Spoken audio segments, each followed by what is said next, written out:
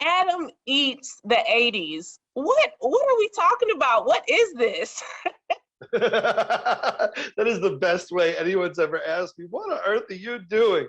So Adam Eats the 80s is essentially an exploration of one of the coolest and most dynamic decades that we've had in this country through the prism of food. And so I do like a deep dive into the origin, the creation of foods or brands that became national and global icons. But I also go back to brands and go to food labs to sort of rediscover, recapture, and recreate some foods that were created in the 80s and sort of just disappeared or were never seen again.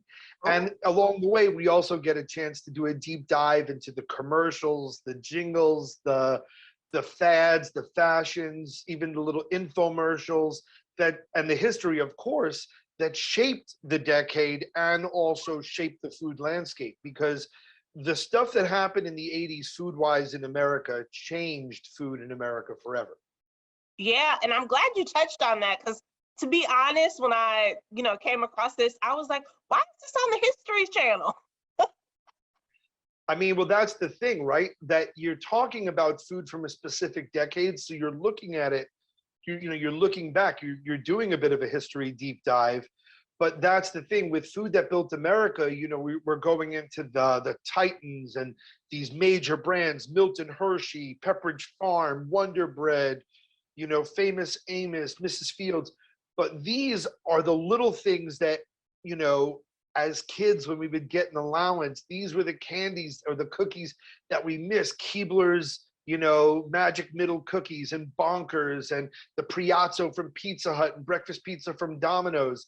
That these were things that we have these sort of gilded memories of our youth, but we don't have any context. And I think that the nice thing about doing it with History Channel is you get a context, you get the background, you get the why of it all. You hit on a couple names that triggered memories for me and just like the feeling that Mrs. Fields, there's something about Portland, they don't have one here. Right, but that's the thing I mean. And that started in Palo Alto, California, a housewife with an idea who couldn't get a loan, who couldn't get a location. And when it wasn't selling, she closed the door, put samples on a tray and hit the street. And that's what I mean. The food that built America is going to fill you with just such inspiration. You'll have the coolest food facts of anyone in your office. And then, Adam Eats the 80s. What I wanted was the people who lived through the 80s to get that nostalgia.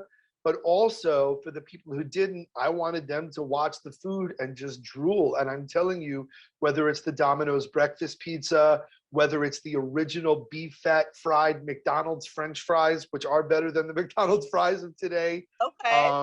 Whether it's recreating the old school microwave popcorn or recreating Pizza Hut dishes that only existed in the 80s.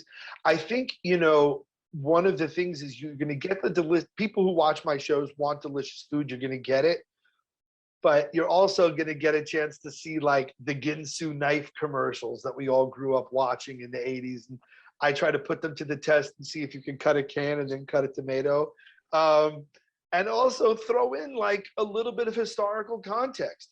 Ronald Reagan passed a law that said you could advertise directly to children. So then all of a sudden you saw twice the amount of sugared cereals, Pac-Man cereal, Donkey Kong cereal, A-Team cereal, like these things existed.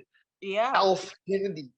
So I love it. Absolutely. Oh my gosh, I cannot wait. I'm on the edge of my seat, literally. Adam, thank you so much for talking to me.